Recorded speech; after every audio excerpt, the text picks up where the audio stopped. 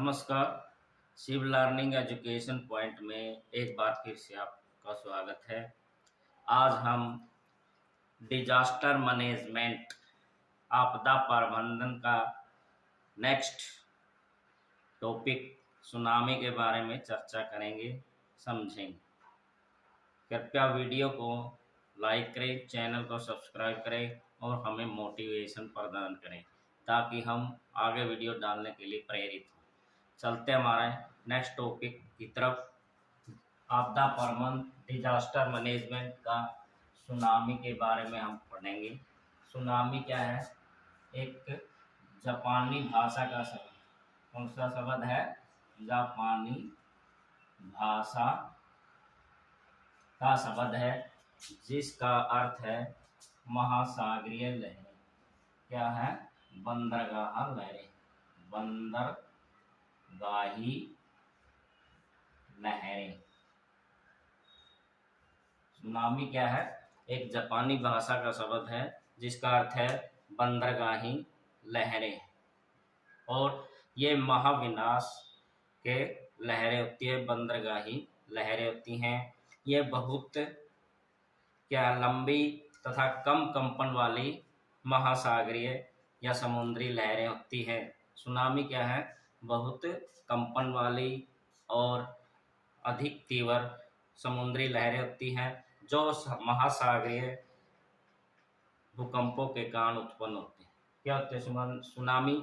ये क्या है? लंबी और कम कंपन वाली महासागरीय लहरें होती हैं जो महासागरीय भूकंपों के कारण क्या है? उत्पन्न होती हैं। लेकिन महासागरीय धाराओं या तरंगों से इसका कोई संबंध नहीं होता है। ये सबसे अधिक सुनामी उथले तटीय क्षेत्रों में या संपूर्ण गहराई, महासागर की संपूर्ण गहराई में ये लहरें चलती हैं, और खुले सागरों में इन तरंगों की गति क्या है? बहुत हो जाती है, तीव्र हो जाती है। जब ये तटवर्तीय उथले क्षेत्रों में पैदा होती है तो इनकी ऊंचाई 1 मीटर तक हो जाती है। इन तरंगों से बहुत ही विनाशकारी परिणाम सामने आते हैं। महासागरीय प्लेटों के कारण भी इनकी गति सर्वाधिक शक्तिशाली हो जाती है। जब ये तरंगे किसी क्षेत्र के अधिक टकराती है तो वहाँ पर ये ज़्यादा महाविनाश का कारण बनती हैं। सुनामी सबसे अधिक प्रशांत महासागर में आती है। सबसे अधिक सुनामी कहाँ आती है? प्रशांत महासागर क्षेत्र। इसको रिंग ऑफ फायर कहते हैं। इसको क्या कहते हैं? Ring of fire. Ring of fire के नाम से प्रशांत महाक्षेत्र का जाना जाता है। क्यों? क्योंकि इस क्षेत्र में सबसे अधिक सुनामी आती है, इसलिए इसको रिंग ऑफ फायर के नाम से जाना जाता है। अब तक का सबसे बड़ा सुनामी तूफान 2004 के अंदर है। 26 सितंबर 2000। कब आया सबसे ज़्यादा सुनामी? 26 सितंबर 2004। सबसे अधिक सितंबर 2004 के अंदर सबसे अधिक सुनामी का प्रकोप हुआ। इसमें क्या है?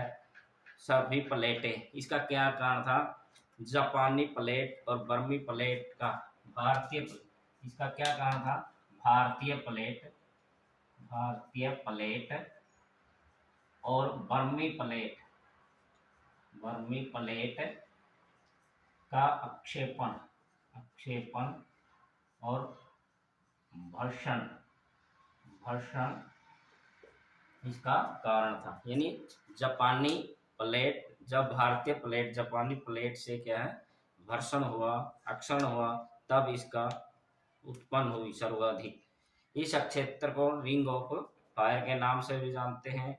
इसका कारण बर्मी प्लेट तथा भारतीय प्लेट के प्रक्षेपण से है। इसका प्रभाव इंडोनेशिया, मलेशिया, भारत और श्रीलंका 11 देशों पर हुआ। सबसे अधिक इसका प्रभाव क्या है? भारत, श्रीलंका, इंडोनेशिया,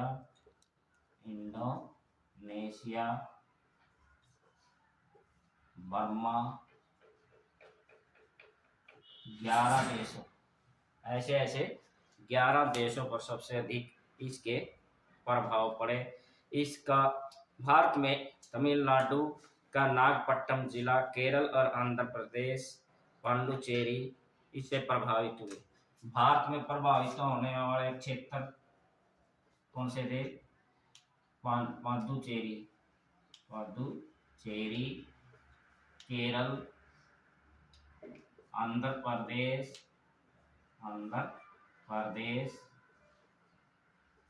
तमिलनाडु, ये भारत में सबसे ज्यादा क्षेत्र किससे प्रभावित हुए? 2004 के अंदर जो सुनामी आई थी, इससे सबसे अधिक इन क्षेत्रों को हानि हुई। इससे लगभग 2 लाख लोगों की मृत्यु तथा भारी जन हानि हुई। हानि क्या हुई थी? इससे लगभग 2 लाख लोगों की मृत्यु होगी और क्या है? करोड़ों की, अरबों की क्या है? जनधन यानी आर्थिक हानि। किसकी हानि हुई थी? इसके कारण क्या है? 2 लाख लगभग लोग मारे गए थे और क्या है? अरबों रुपए की क्या है? सबसे अधिक हानि हुई थी। जापान के उत्तर पूर्व में भी क्या है? इस सदी का सबसे बड़ा भूकंप क्या है? 11 मार्च 2011 को आया। कब आया था? 11 मार्च 2011। 11 मार्च 2011 को सदी का सबसे बड़ा भूकंप कब आया था? 11 मार्च 2011 को इस सदी का सबसे बड़ा भूकंप आया। इसके परिणाम स्वरूप सुनामी की लहरें उठने लगी और भारी विनाश हो गया। इसका प्रभाव क्या पड़ा? इसका प्रभाव कि इससे सुनामी आई और जिसका समुद्र क्षेत्र पर क्या है?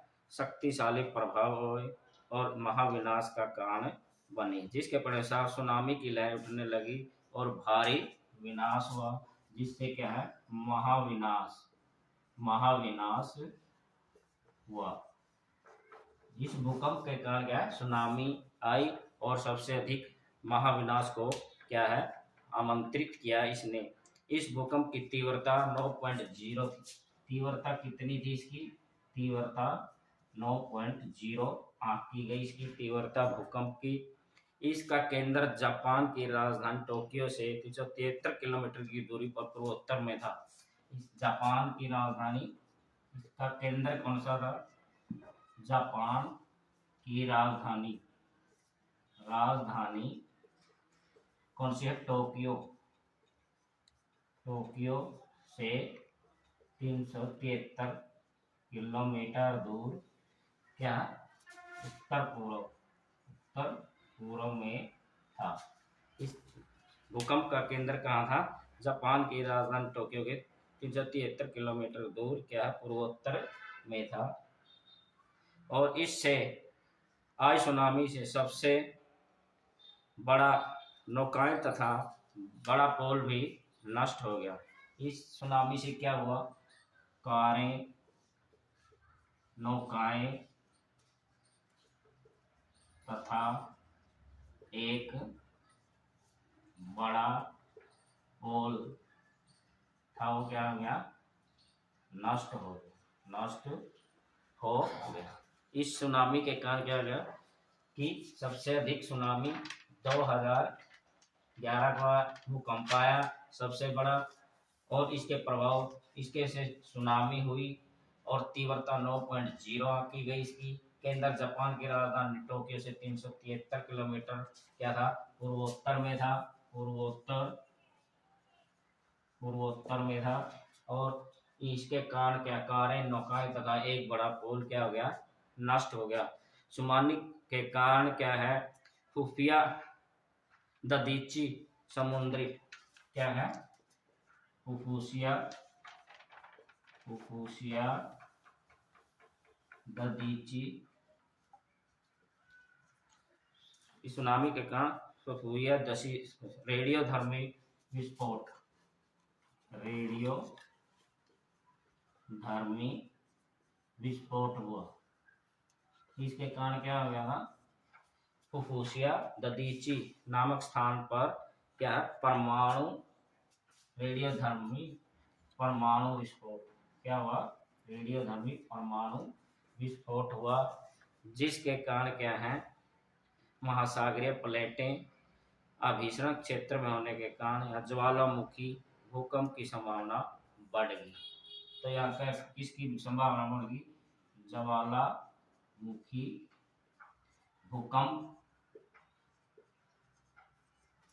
तथा सुनामी की, इस क्षेत्र के अंदर किसकी संभावना बढ़ी, ज्वालामुखी भूकंप तथा सुनामी की आकांक्षाएं बढ़ गई। मार्च 2011 के भूकंप व सुनामी के आज अर्थव्यवस्था एवं जनजीवन पूरी तरह अस्त व्यस्त हो गया। जो इसकी अर्थव्यवस्था थी, अर्थव्यवस्था तथा जनजीवन, जनजीवन क्या हो गया, अस्त व्यस्त हो गया। इसके कारण क्या हो गया, संपूर्ण इस क्षेत्र की अर्थव्यवस्था व जनजीवन क्या हो गया, अस्त व्यस्त हो गया। अब है सुनामी के प्रभाव, सुनामी के प्रभाव क्या पड़े, जब सुनामी आती है किसी क्षेत्र में इसके भयानक परिणाम होते हैं। सबसे अधिक है बड़े पैमाने पर जनजीवन को हानि, क्या है, जन जीवन की हानि। पहला प्रभाव तो यही हुआ कि जब भी कोई सुनामी आती है, भूकंप आता है, ज्वालामुखी विस्फोट होता है, बड़े स्तर पर क्या है, जन जीवन को हानि होती है, जिससे के कारण हजारों लोग अपनी मौत का शिकार बन जाते हैं, अनेकों के आवास, उद्योग, व्यापार ठप हो जाते हैं और अर्थव्यवस्था चरमरा जाती है, जिससे उनके जीवन पर गहरा प्रभाव पड़ता है। और इस संपत्ति को हानि, दूसरा है संपत्ति की हानि। इस सुनामी से क्या है, तटवर्ती क्षेत्रों में क्या जो व्यापार, उद्योग, संस्थान आदि और जो भी संपत्ति होती है वो नष्ट हो जाती है और अरबों करोड़ों अरबों रुपए क्या इसके अंदर उस संपत्ति में खर्च हो जाते हैं, ज्यादा हानि हो जाती है। बंदरगाहों की तबाही, तीसरा पॉइंट है बंदरगाहों की तबाही या नष्ट होना। जो सबसे अधिक बंदरगाहें होती हैं वो तटवर्ती इलाकों में होती हैं। जब ये सुनामी आती है, इसकी लहरें बहुत तीव्र गति होती हैं, जिससे समुद्री युद्धपोत, मालवाहक जहाज और प्राकृतिक बंदरगाह के साथ साथ कृत्रिम बंदरगाहों को भी हानि होती है। पुनर्वास की समस्या, नेक्स्ट है पुनर्वास की समस्या। इस सुनामी के कारण क्या है, पुनर्वास की समस्या। पुनर्वास का मतलब है अनेकों लाखों लोग घर इससे प्रभावित होते हैं इस क्षेत्र में, उनके आवास, निवास, रहने के स्थान और अनेक ऐसे कार्यस्थल होते हैं जो पूर्णतः बर्बाद हो जाते हैं।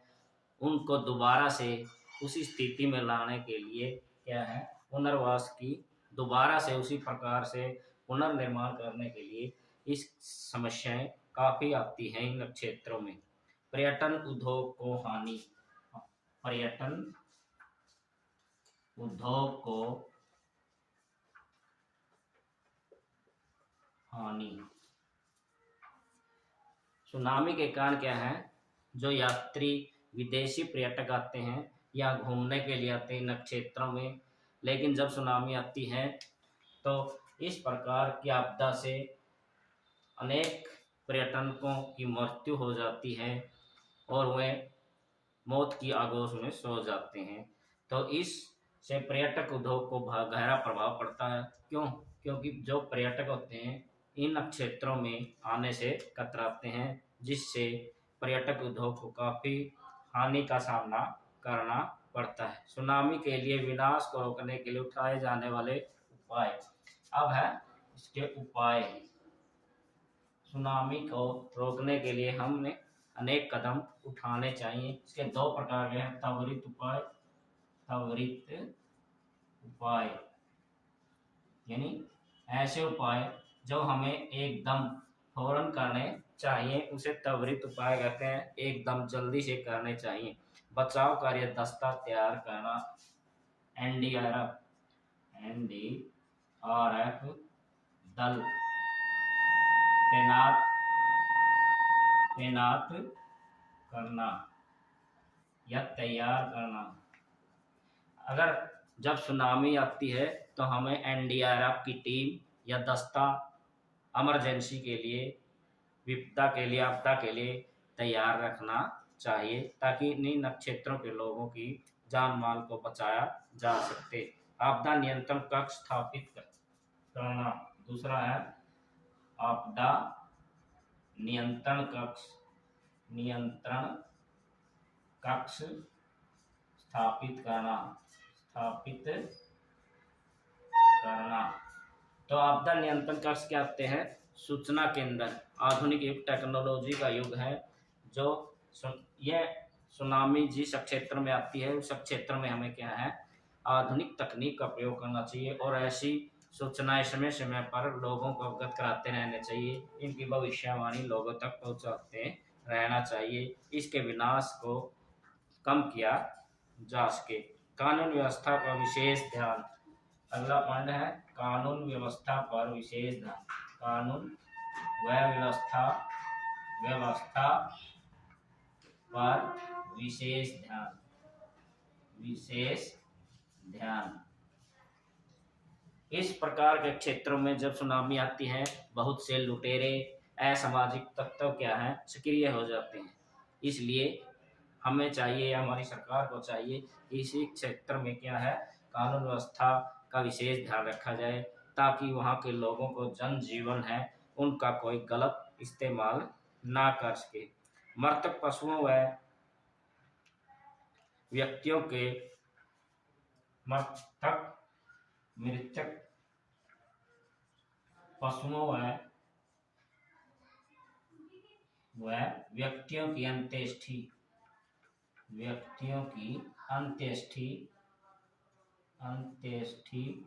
की व्यवस्था।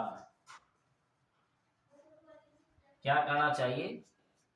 जो व्यवस्था है, इस सुनामी के कारण मर गए हैं या जो मौत के आगोश में सो चुके हैं पशु व्यक्ति, जिससे क्या होता है, उनकी लाशों से क्या बदबू आने लगती है, जिससे महामारी के फैलने का डर रहता है। इसलिए एकदम से इनके मृतक व्यक्ति और पशुओं की क्या है, अलग से व्यवस्था करनी चाहिए। उसको उठा लेना चाहिए, जला देना चाहिए या दफना देना चाहिए, ताकि किसी महामारी का आशंका वहाँ ना हो। शिविरों में मूलभूत सुविधाएं प्रदान करना। राहत शिविरों में क्या करना? शिविरों में मूलभूत सुविधाएं, जो इमरजेंसी राहत शिविर होते हैं, जहां पर ये सुनामी ऐसी आपदाएं आती हैं, वहां के राहत शिविरों में स्वच्छ जल पेय और सफाई और एनडीआरएफ की टीम और फर्स्ट एड बॉक्स, डॉक्टरों की टीम, इस और खाना भोजन इत्यादि राहत लोगों के लिए ऐसी सुविधाएं उपलब्ध होनी चाहिए। सैनिकों, अर्धसैनिकों तथा समाज सेवी लोगों में समन्वय। क्या करना चाहिए? सैनिकों, अर्धसैनिकों अर्धसैनिक बलों तथा समाज सेवियों में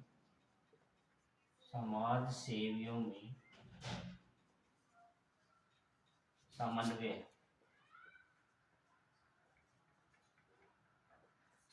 का मतलब है जो सेना होती है, अर्धसैनिक बल होते हैं, जो समाज ज्ञान लोग होते हैं, जो इस आपदा में कंधे से कंधा मिलाकर करते हैं काम, उनको क्या आपस में समन्वय बनाकर रखना चाहिए। नियम के अनुसार उनके साथ मिलजुल कर कार्य करना चाहिए। राहत सामग्री की समुचित व्यवस्था क्या करनी चाहिए?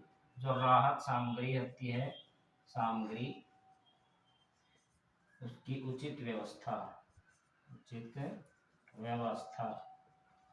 जैसे कोई आपदा आएगी, भूकंप आएगा, सुनामी आएगी, तो इस प्रकार से जो राहत सामग्री होती है वो उसको बंटवारे की सुनियोजित व्यवस्था होनी चाहिए कि किसी व्यक्ति को यानी अंतिम व्यक्ति तक वो पहुंच सके जो उससे प्रभावित है, जिसकी इसको सबसे ज़्यादा ज़रूरत है, उस तक ये जानी चाहिए। सुनामी से हुई हानि के आंकड़े एकत्रित करना, सुनामी से जो हानि हुई है उसके आंकड़े एकत्रित करने चाहिए। आंकड़े एकत्रित करना यानी सुनामी से कितनी जन धन की हानि हुई, कितने मकान क्या है ढह गए, कितने क्या है दरारें आ गई, कितने पशु मर गए, कितनी संपत्ति को हानि हुई, इस प्रकार के आंकड़े क्या है एकत्रित करने चाहिए। और स्थानीय लोगों को क्या उसमें शामिल करना। 10वां पॉइंट है स्थानीय लोगों को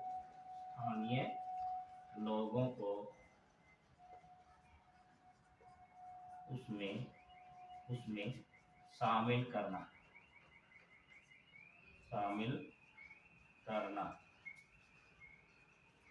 इस बचाव दल में स्थानीय लोगों को भी क्या है शामिल करना चाहिए।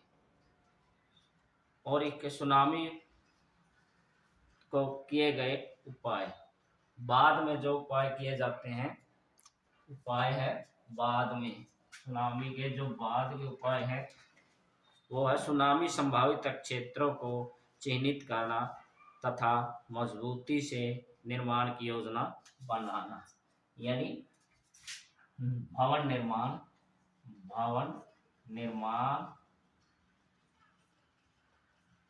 की योजना या क्षेत्र चिन्हित करना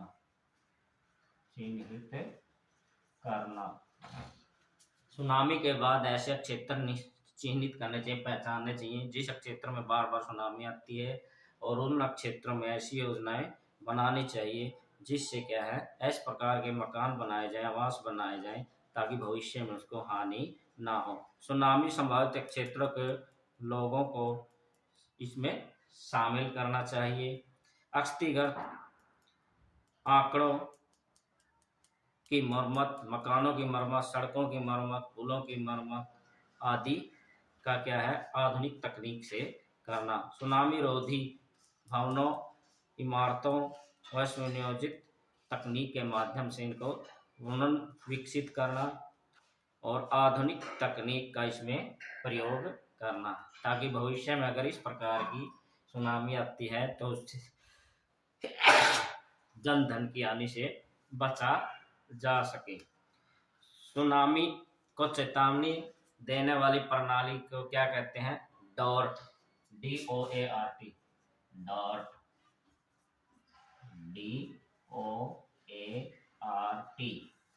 सुनामी को जब एकदम से जब जिस क्षेत्र में सुनामी आती है जो चेतावनी देती है उसको विधि को क्या है डॉट कहते हैं। यह तकनीक इस माध्यम से सुनामी का पता लगाने के बाद उचित स्थानों पर तत्काल सूचनाएं भेजती हैं। इसके 2 पार्ट होते हैं, सुनामी मीटर और सिग्नल कम्युनिकेशन। इसके 2 भाग होते हैं, 2 पार्ट होते हैं। नंबर 1 सुनामी मीटर, दूसरा है कम्युनिकेशन।